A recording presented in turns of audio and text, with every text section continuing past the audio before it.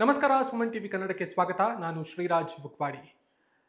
ರಾಜ್ಯದ ಗೃಹ ಮಂತ್ರಿಗಳಾಗಿರುವಂತಹ ಪ್ರಿಯಾಂಕ್ ಖರ್ಗೆ RSSನ ನೋಂದಣಿ ಮತ್ತು ಲೆಕ್ಕಾಚಾರಗಳ ಬಗ್ಗೆ ಎತ್ತಿರುವಂತಹ ಪ್ರಶ್ನೆ ಇಡೀ ದೇಶದಾದ್ಯಂತ ಬಹಳ ದೊಡ್ಡ ಚರ್ಚೆಗೆ ಕಾರಣ ಆಗಿದೆ. ಆ ಜಟಾಪಟಿಯ ಸುತ್ತ ಒಂದಿಷ್ಟು ಬೆಳವಣಿಗೆಗಳು ಕೂಡ ನಡೆದಿದೆ. ಆ ಎಲ್ಲ ಇಂಟ್ರೆಸ್ಟಿಂಗ್ ಮಾಹಿತಿಯನ್ನು ನಾನು ನಿಮಗೆ ನೀಡ್ತಾ ಹೋಗ್ತೀನಿ. ಅದಕ್ಕೂ ಮುನ್ನ ಸುಮನ್ ಟಿವಿ ಕನ್ನಡಕ್ಕೆ ನೀವಿನ್ನೂ ಸಬ್ಸ್ಕ್ರೈಬರ್ ಅಲ್ಲದೇ ಇದ್ದರೆ ಈ ಕೂಡಲೇ ಸಬ್ಸ್ಕ್ರೈಬರ್ ಆಗಿ ಮತ್ತು ಬೆಲ್ ಐಕಾನ್ ಅನ್ನು ಒತ್ತಿ. ಆ ಮೂಲಕ ನಮ್ಮ ಎಲ್ಲ ಕಂಟೆಂಟ್ಗಳು ನಿಮಗೆ ತಲುಪುತ್ತೆ. RSSನ ನೋಂದಣಿ ಮತ್ತು ಲೆಕ್ಕಾಚಾರದ ಬಗ್ಗೆ ಇಡೀ ದೇಶದಾದ್ಯಂತ ಚರ್ಚೆಗಳು ಆಗ್ತಾ ಇರುವಂತಹ ಸಂದರ್ಭದಲ್ಲಿ ಕೇಂದ್ರ ಗೃಹ ಇಲಾಖೆ ವಿದೇಶಿ ದೇಣಿಗೆ ನಿಯಂತ್ರಣ ತಿದ್ದುಪಡಿ ನಿಯಮಗಳು 2026 ಹೊರಡಿಸಿದೆ. ಇದು RSSಗೆ ಅನ್ವಯ ಆಗೋದಿಲ್ವೇ ಅನ್ನುವಂತಹ ಪ್ರಶ್ನೆಯನ್ನ ಈಗ ಎತ್ತಿದೆ. ಇದು ಅನೇಕ ರೀತಿಯ ಚರ್ಚೆಗಳಿಗೂ ಕೂಡ ಕಾಂಗ್ರೆಸ್ ಮತ್ತು RSS ಮತ್ತು ಬಿಜೆಪಿಯ ನಡುವಿನ ಚರ್ಚೆ, ಸಂವಾದ ಮತ್ತು ಜಟಾಪಟಿಗೂ ಕೂಡ ಕಾರಣ ಆಗಿದೆ ಅನ್ನೋದು ಇಲ್ಲಿ ಮುಖ್ಯವಾಗಿ ಕಾಣ್ತಾ ಹೋಗಬೇಕಾಗುತ್ತೆ. ಈ ನಿಯಮಗಳು ಹೇಳುವ ಪ್ರಕಾರ ಸಾಂಸ್ಕೃತಿಕ, ಸಾಮಾಜಿಕ, ಶೈಕ್ಷಣಿಕ, ಧಾರ್ಮಿಕ ಮತ್ತು ಸಾಮಾಜಿಕ ಈ 5 ವಿಭಾಗಗಳಲ್ಲಿ ಒಂದು ಸರ್ಕಾರೇತರ ಸಂಸ್ಥೆ ನಡೆಯುವಂತಹ ಕಾರ್ಯಕ್ರಮಗಳು ಅಥವಾ ಯೋಜನೆಗಳು ಅಥವಾ ಪ್ರಾಜೆಕ್ಟ್ಗಳು ಈ ನಡಿಬೇಕು ಅನ್ನೋದನ್ನ ಹೇಳುತ್ತೆ. ಅಂದ್ರೆ ವರ್ಷದಲ್ಲಿ 105 ಕಾರ್ಯಕ್ರಮಗಳಿಗೆ ಅಥವಾ ಕಾರ್ಯಚಟುವಟಿಕೆಗಳಿಗೆ ಮಾತ್ರ ಸೀಮಿತ ಆಗುವ ಹಾಗೆ ಇದೆ ಇದು. ಅಂದ್ರೆ ಒಂದು NGO ಅಥವಾ ಸರ್ಕಾರೇತರ ಸಂಸ್ಥೆ ನಡೆಸುವಂತಹ ಕಾರ್ಯಚಟುವಟಿಕೆಗಳಿಗೆ, ಕಾರ್ಯಕ್ರಮಗಳಿಗೆ ಕೇಂದ್ರದ ಹಿಡಿತ ಸಾಧಿಸುತ್ತೆ ಅನ್ನೋದು ಇಲ್ಲಿ ಬಹಳ ಸ್ಪಷ್ಟವಾಗಿ ಗೊತ್ತಾಗ್ತಾ ಹೋಗುತ್ತೆ. ಈ ನಿಯಮಗಳು ತಂದಂತಹ ಬೆನ್ನಿಗೆ RSS ಇಡೀ ದೇಶದಾದ್ಯಂತ ಅತ್ಯಂತ ದೊಡ್ಡ ಸರ್ಕಾರೇತರ ಸಂಘ ಅನ್ನುವಂತಹದನ್ನ ಹೇಳಿಕೊಳ್ಳುತ್ತದೆ, ಸ್ವಯಂ ಸೇವಕ ಸಂಘ ಅನ್ನೋದನ್ನ ಹೇಳಿಕೊಳ್ಳುತ್ತದೆ. ಅತ್ಯಂತ ಹೆಚ್ಚು ಕಾರ್ಯಕರ್ತರಿರುವಂತಹ ಮತ್ತು ಅನೇಕ ಕಾರ್ಯಕ್ರಮಗಳನ್ನ, ಧಾರ್ಮಿಕ, ಶೈಕ್ಷಣಿಕ, ಸಾಮಾಜಿಕ ಮತ್ತು ಸಾಂಸ್ಕೃತಿಕ ಕಾರ್ಯಕ್ರಮಗಳನ್ನ ನೀಡ್ತಾ ಇದೆ ಅನ್ನೋದನ್ನ ಹೇಳಿಕೊಳ್ಳುತ್ತೆ. ಸೊ ಆ ಒಂದು ಸಂಘಕ್ಕೆ ಒಂದು ಈ ನಿಯಮ ಅನ್ವಯ ಆಗುವುದಿಲ್ವಾ ಅನ್ನುವಂತಹ ಪ್ರಶ್ನೆ ಈಗ ಸಾಮಾಜಿಕ ವಲಯದಲ್ಲಿ ಕೇಳಿ ಬರ್ತಾ ಇರೋದು. ಮುಖ್ಯವಾಗಿ ನಾವು ಗಮನಿಸ್ತಾ ಹೋಗ್ಬೇಕಾಗುತ್ತೆ. FCR ಆಕ್ಟ್ ಏನಿದೆ ಅದನ್ನ ತಿದ್ದುಪಡಿ ಮಾಡ್ತಿರುವಂತಹ ಸಂದರ್ಭದಲ್ಲಿ ಅನೇಕ ಕ್ರಿಶ್ಚಿಯನ್ ಮಿಷನರಿಗಳು ಅದನ್ನ ವಿರೋಧವನ್ನ ವ್ಯಕ್ತಪಡಿಸಿದ್ವು ಅನ್ನೋದನ್ನು ಕೂಡ ಗಮನಿಸಬೇಕಾಗುತ್ತೆ. ಸೊ ಈಗಾಗಲೇ ಸರ್ಕಾರೇತರ ಸಂಸ್ಥೆಗಳು ಅನೇಕ ಸಂಸ್ಥೆಗಳು ಈಗಾಗಲೇ ಪರವಾನಗಿಯನ್ನು ಕಳೆದುಕೊಂಡಿದೆ. ಮಾತ್ರ ಅಲ್ಲದೆ ಇಡೀ ದೇಶದಾದ್ಯಂತ ಸುಮಾರು 20,000ಕ್ಕೂ ಹೆಚ್ಚು ಸರ್ಕಾರೇತರ ಸಂಸ್ಥೆಗಳು ವಿದೇಶದಿಂದ ಪಡೆಯುವಂತಹ ದೇಣಿಗೆ ಪರವಾನಗಿಯನ್ನು ಕೂಡ ಕಳೆದುಕೊಂಡಿದೆ ಅನ್ನೋದು ಪಾಯಿಂಟ್ ಟು ಬಿ ನೋಟೆಡ್. ನಾವು ಅದನ್ನು ಗಮನಿಸಬೇಕಾಗತ್ತೆ. ಸೊ ಇಷ್ಟೆಲ್ಲ NGO ಅಥವಾ ಸರ್ಕಾರೇತರ ಸಂಸ್ಥೆಗಳ ಮೇಲೆ ಒಂದು ವಿಧೇಯಕ ಅಥವಾ ನಿಯಮಗಳನ್ನ ಹೇರ್ತಾ ಇರುವಂತಹ ಕೇಂದ್ರ ಗೃಹ ಇಲಾಖೆ ತನ್ನ ಮಾತ್ರ ಸಂಸ್ಥೆ RSS ಅಥವಾ ಭಾರತೀಯ ರಾಷ್ಟ್ರೀಯ ಸ್ವಯಂ ಸೇವಕ ಸಂಘ ಇದಕ್ಕೆ ಯಾಕೆ ಈ ಒಂದು ನಿಯಮಗಳನ್ನ ಅನ್ವಯಿಸೋದಿಲ್ಲ ಅಥವಾ ಇಂಪ್ಲಿಮೆಂಟ್ ಮಾಡೋದಿಲ್ಲ ಅನ್ನುವಂತಹ ಪ್ರಶ್ನೆಗಳನ್ನ ನಾವು ಕೇಳಲೇಬೇಕಾಗಿದೆ. ಅಥವಾ ಅದು ಸಾಮಾಜಿಕ ವಲಯದಲ್ಲಿ ಈಗ ಮೂಡಿರುವಂತಹ ಪ್ರಶ್ನೆ ಆಗಿದೆ ಅನ್ನೋದ್ರಲ್ಲಿ ತಪ್ಪಿಲ್ಲ ಅಂತ ಅನ್ಸುತ್ತೆ. ಮುಖ್ಯವಾಗಿ ನಾವು ಗಮನಿಸಬೇಕು, ಈ FCRA ಆಕ್ಟ್ ನಲ್ಲಿ ಬಹಳ ಮುಖ್ಯವಾಗಿ ಈ ಒಂದು ವಿದೇಶಿ ದೇಣಿಗೆ ವಿಚಾರಕ್ಕೆ ಸಂಬಂಧಪಟ್ಟ ಹಾಗೆ 2 ಆರ್ಥಿಕ ವರ್ಷ ಅಥವಾ 2 ಹಣಕಾಸು ವರ್ಷಕ್ಕೆ ಸಂಬಂಧಪಟ್ಟ ಹಾಗೆ ಒಂದು NGO ಅಥವಾ ಸರ್ಕಾರೇತರ ಸಂಸ್ಥೆ 10 ಲಕ್ಷಗಳನ್ನ ಖರ್ಚು ಮಾಡಬೇಕು ಕಾರ್ಯಚಟುವಟಿಕೆಗಳಿಗಾಗಿ. ಹಾಗಿದ್ದಾಗ ಮಾತ್ರ ಆ ಸಂಸ್ಥೆಗೆ ಪರವಾನಗಿಯನ್ನು ಉಳಿಸಿಕೊಳ್ಳುವಂತಹ ಒಂದು ಸಾಮರ್ಥ್ಯ ಅಥವಾ ಅರ್ಹತೆ ಉಳಿಯುತ್ತೆ ಅನ್ನೋದಾಗಿ ಈ ನಿಯಮಗಳು ಹೇಳುತ್ತೆ.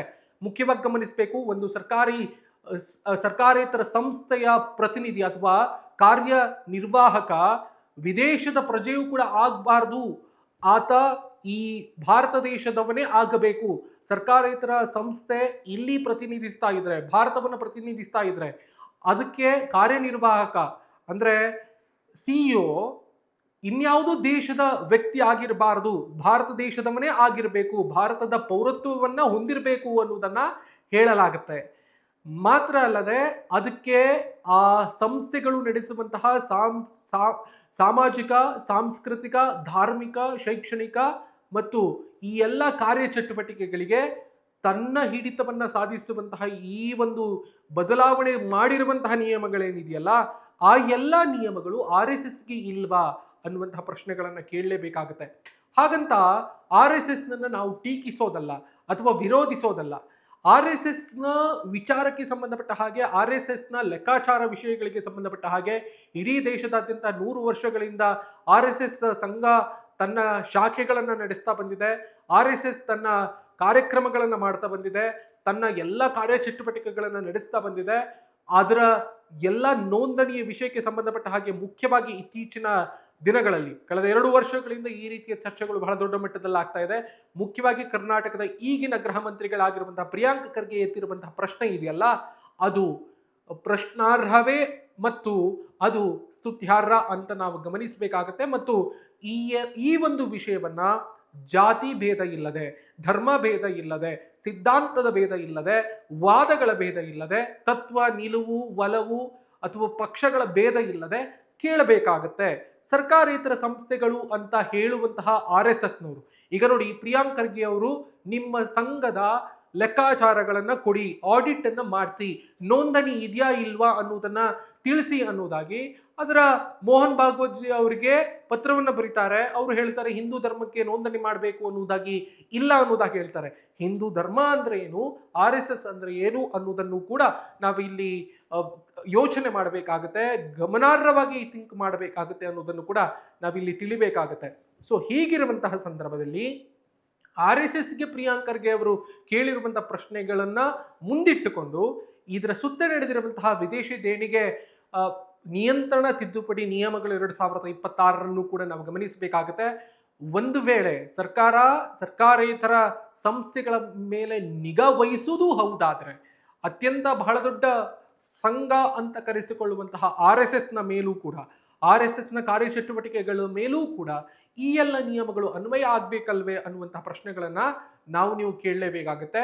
ಸೊ ಬಹುಶಃ ಅದನ್ನ ಮಾಡುವಲ್ಲಿ, ಅದನ್ನ ಇಂಪ್ಲಿಮೆಂಟ್ ಗೊಳಿಸುವಲ್ಲಿ ಕೇಂದ್ರ ಸರ್ಕಾರ ಅಥವಾ ಕೇಂದ್ರ ಗೃಹ ಇಲಾಖೆ ಮುಂದಾಗದೇ ಇದ್ರೆ ಬಹುಶಃ ಇಲ್ಲಿ ತಾರತಮ್ಯದ ನಿಲುವುಗಳು ಸ್ಪಷ್ಟವಾಗಿ ಗೋಚರ ಆಗುತ್ತೆ.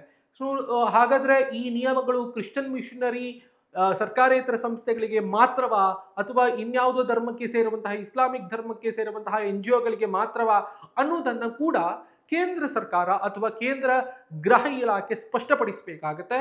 ಇಲ್ಲದೇ ಇದ್ರೆ RSSಗೂ ಕೂಡ ಈ ನಿಯಮಗಳು ಅನ್ವಯ ಆಗಬೇಕಾಗುತ್ತೆ ಅನ್ನೋದನ್ನು ಕೂಡ ಗಮನಿಸಬೇಕಾಗತ್ತೆ. ಈ ನಿಯಮಗಳು ತರುವುದರ ಜೊತೆಗೆ ಮುಖ್ಯವಾಗಿ ನಾವು ಗಮನಿಸಬೇಕಾಗುತ್ತೆ, ಇಷ್ಟು ಕಾರ್ಯಕ್ರಮಗಳನ್ನ ನಾನು ಆಗ್ಲೇ ಉಲ್ಲೇಖಿಸಿದೆ, ವರ್ಷಕ್ಕೆ 105 ಕಾರ್ಯಕ್ರಮಗಳು, ಅದು ಸಾಮಾಜಿಕ ಇರಲಿ, ಸಾಂಸ್ಕೃತಿಕ ಇರಲಿ, ಧಾರ್ಮಿಕ ಇರಲಿ, ಶೈಕ್ಷಣಿಕ ಇರಲಿ ಮತ್ತು ಸಾಮಾಜಿಕವಾಗಿ ಇರುವಂತಹ ವಿಷಯಗಳಿಗೆ ಇರಲಿ, ಈ ಆಧಾರದ ಮೇಲೆ ಈ 5 ವಿಭಾಗಗಳಲ್ಲಿಯೇ ಕಾರ್ಯಕ್ರಮಗಳನ್ನು ಮಾಡಬೇಕು ಮತ್ತು ಅದಕ್ಕೂ ಕೂಡ ಪರವಾನಗಿಗಳನ್ನು ಸರ್ಕಾರದಿಂದ ಪಡಿಬೇಕಾಗತ್ತೆ.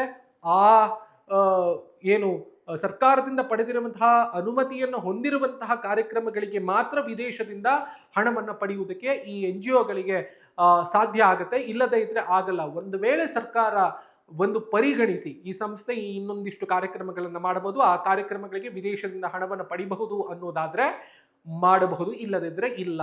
ಸೊ ಒಟ್ಟಿನಲ್ಲಿ ಒಂದು ಸರ್ಕಾರೇತರ ಸಂಸ್ಥೆ ಈವರೆಗೆ ಏನೆಲ್ಲ ಕಾರ್ಯಕ್ರಮಗಳನ್ನು ಮಾಡ್ತಾ ಇದೆ ಅದಕ್ಕೂ ಕೂಡ ಮೂಗುದಾರವನ್ನು ಹಾಕುವಂತಹ ಕೆಲಸ ಈಗ ಕೇಂದ್ರ ಸರ್ಕಾರ, ಕೇಂದ್ರ ಗೃಹ ಇಲಾಖೆ ಮಾಡಿದೆ ಅನ್ನೋದು ಇಲ್ಲಿ ಮುಖ್ಯವಾಗಿ ಗೊತ್ತಾಗ್ತಾ ಇದೆ. ಸೊ ಇದರಿಂದ ಸರ್ಕಾರ ಎಲ್ಲವನ್ನೂ ಕೂಡ ತನ್ನ ಹಿಡಿತದಲ್ಲಿ ಇಟ್ಟುಕೊಳ್ಳುವಂತಹ ಕೆಲಸಕ್ಕೆ ಮುಂದಾಗಿದೆ ಅನ್ನೋದು ಸ್ಪಷ್ಟವಾಗಿ ಗೋಚರ ಆಗ್ತಾ ಇದೆ. ಸೊ ಹಾಗಾಗಿ RSSನ ವಿಷಯಕ್ಕೂ ಈ ನಿಯಮಗಳು ಅನ್ವಯ ಆಗುತ್ತಾ ಅನ್ನುವ ಪ್ರಶ್ನೆಗಳನ್ನು ಕೂಡ ನಾವು ಕೇಳಬೇಕು ಮತ್ತು ಸರ್ಕಾರ ಅಥವಾ ಗೃಹ ಇಲಾಖೆ ಕೂಡ ಅದರ ಬಗ್ಗೆ ಸ್ಪಷ್ಟನೆಯನ್ನು ಕೊಡಬೇಕಾಗತ್ತೆ. ಇಲ್ಲದೇ ಇದ್ರೆ ಅದು ತಪ್ಪಾಗತ್ತೆ ಅನ್ನುವುದನ್ನ ನಾವಿಲ್ಲಿ ಗಮನಿಸಬೇಕಾಗತ್ತೆ. ಸೊ ಹಾಗಾಗಿ ನೋಡಿ, RSS ವಿಷಯಕ್ಕೆ ಪ್ರಶ್ನೆ ಮಾಡಿದಂಥ ಸಂದರ್ಭದಲ್ಲಿ ನಿಮ್ಮಲ್ಲಿ ನೋಂದಣಿ ಇದೆಯಾ, ಆಡಿಟ್ ಮಾಡಿಸ್ತೀರಾ ಅನ್ನುವಂಥ ಪ್ರಶ್ನೆಯನ್ನು ಮಾಡಿದಾಗ ನಾವು ಗುರುದಕ್ಷಿಣೆಯಿಂದ ನಾವು ಹಣವನ್ನು ಸಂಗ್ರಹಿಸಿ ಇಡೀ ದೇಶದಾದ್ಯಂತ ಸಂಘವನ್ನು ಕಟ್ಟಿದ್ದೇವೆ ಅನ್ನುವುದನ್ನ ಹೇಳ್ತಾರೆ. ಹಾಗಾದ್ರೆ RSSನ ಬ್ರಾಂಚಸ್ಗಳು ಅಂದ್ರೆ ವಿದೇಶಗಳಲ್ಲಿರುವಂತಹ ಬ್ರಾಂಚಸ್ಗಳು, ಅಂದ್ರೆ RSSನ ಸಹ ಸಂಸ್ಥೆಗಳು, ಸಿಸ್ಟರ್ ಆರ್ಗನೈಸೇಷನ್ ಅಂತ ನಾವೇನು ಹೇಳ್ತೀವಲ್ಲ, ಅಂತಹ ಸಂಸ್ಥೆಗಳು ಇಡೀ ಪ್ರಪಂಚದಾದ್ಯಂತ ಇದೆ. ಈಗ ಅಮೆರಿಕ, ಬ್ರಿಟನ್ನು ಸೇರಿದ ಹಾಗೆ ಸುಮಾರು 150 ದೇಶಗಳಲ್ಲಿ ಹಿಂದೂ ಸ್ವಯಂ ಸೇವಕ ಸಂಘ ಅನ್ನುವಂಥದ್ದು ಇದೆ. ಅದಾದ ಬಳಿಕ BJPಗೆ ಫ್ರೆಂಡ್ಶಿಪ್ ಆಗಿರುವಂತಹ ಸಂಘ ಸಂಸ್ಥೆಗಳಿವೆ. ಸೊ ಇದೆಲ್ಲ ಸಂಘ ಸಂಸ್ಥೆಗಳಿಂದ RSSಗೆ ಬರ್ತಾ ಇದೆಯಾ, ಬರ್ತಾ ಇದ್ರೆ ಈ ನಿಯಮಗಳು ಕೂಡ RSSಗೆ ಅನ್ವಯ ಆಗ್ಬೇಕಲ್ವಾ? ಇದೆಲ್ಲವನ್ನು ಕೂಡ ಸರ್ಕಾರ ಸ್ಪಷ್ಟಪಡಿಸುವುದರ ಜೊತೆಗೆ RSSಗೂ ಕೂಡ ಇತರ ಸರ್ಕಾರೇತರ ಸಂಸ್ಥೆಗಳಿಗೆ ಹೇಗೆ ಈ ನಿಯಮಗಳನ್ನು ಅನ್ವಯಿಸುವುದಕ್ಕೆ ಕೇಂದ್ರ ಸರ್ಕಾರ ಮತ್ತು ಕೇಂದ್ರ ಗೃಹ ಇಲಾಖೆ ಮುಂದಾಗಿದೆಯೋ ಹಾಗೆಯೇ RSSಗೂ ಕೂಡ ಅನ್ವಯ ಆಗುವ ಹಾಗೆ ಮಾಡುವಲ್ಲಿ ಮನಸ್ಸು ಮಾಡಬೇಕಾಗುತ್ತೆ. ಇಲ್ಲದೆ ಇದ್ರೆ ಅದು ತಾರತಮ್ಯದ ಧೋರಣೆ ಆಗುತ್ತೆ. ಮಾತ್ರ ಸಂಸ್ಥೆಯ ಮೇಲಿನ ಅಂದ್ರೆ ಈಗ ಇರೋದು ಕೇಂದ್ರದಲ್ಲಿ NDA ನೇತೃತ್ವದ ಬಿಜೆಪಿ ನೇತೃತ್ವದ NDA ಸರ್ಕಾರ, NDA ಬಿಜೆಪಿಯ ಒಂದು ನೇತೃತ್ವದಲ್ಲಿ ನಡೀತಾ ಇರುವಂತಹ ಸರ್ಕಾರ. ಹಾಗಾಗಿ ಮಾತ್ರ ಸಂಸ್ಥೆಯ ಮೇಲೆ ಒಂದು ಮೃದು ಧೋರಣೆ ತೋರಿದ ಹಾಗಾಗ್ತದೆ. ಸೊ ಅದು ಆಗದೇ ಇರುವ ಹಾಗೆ ಎಲ್ಲರಿಗೂ ಸಮವಾದಂತಹ ನ್ಯಾಯವನ್ನು ಕೊಡ್ತೀವಿ ಅಂತ ಅಧಿಕಾರವನ್ನು ಹಿಡಿದಿರುವಂತಹ ಬಿಜೆಪಿ ನೇತೃತ್ವದ NDA ಸರ್ಕಾರ ತನ್ನ ಮಾತನ್ನ ಉಳಿಸಿಕೊಂಡು ವಚನಭ್ರಷ್ಟ ಆಗದೆ ತನ್ನ ಆಡಳಿತವನ್ನು ನಡೆಸಬೇಕಾಗಿದೆ. ಅದರ ನಿರೀಕ್ಷೆಯಲ್ಲಿ ನೀವೆಲ್ಲರೂ ಕೂಡ ಇರೋಣ ಅಂತ ಹೇಳ್ತಾ ಈವರೆಗೆ ಈ ಒಂದು ವಿಶೇಷ ಎಕ್ಸ್ಪ್ಲೈನರ್ ಅನ್ನು ನೋಡಿರೋದಕ್ಕೆ ಅತ್ಯಂತ ಪ್ರೀತಿಯ ಧನ್ಯವಾದಗಳು. ಇನ್ನಷ್ಟು ಹೆಚ್ಚಿನ ಮಾಹಿತಿಗಳನ್ನು ನೋಡೋದಕ್ಕೆ ಸುಮನ್ ಟಿವಿ ಕನ್ನಡಕ್ಕೆ ನೀವು ಸಬ್ಸ್ಕ್ರೈಬರ್ ಅಲ್ಲದೇ ಇದ್ದರೆ ಈ ಕೂಡಲೇ ಸಬ್ಸ್ಕ್ರೈಬರ್ ಆಗಿ. ಆ ಮೂಲಕ ನಮ್ಮ ಎಲ್ಲ ಕಂಟೆಂಟ್ಗಳು ನಿಮ್ಮನ್ನು ಅತಿ ಬೇಗನೆ ತಲುಪುತ್ತೆ. Thank you so much.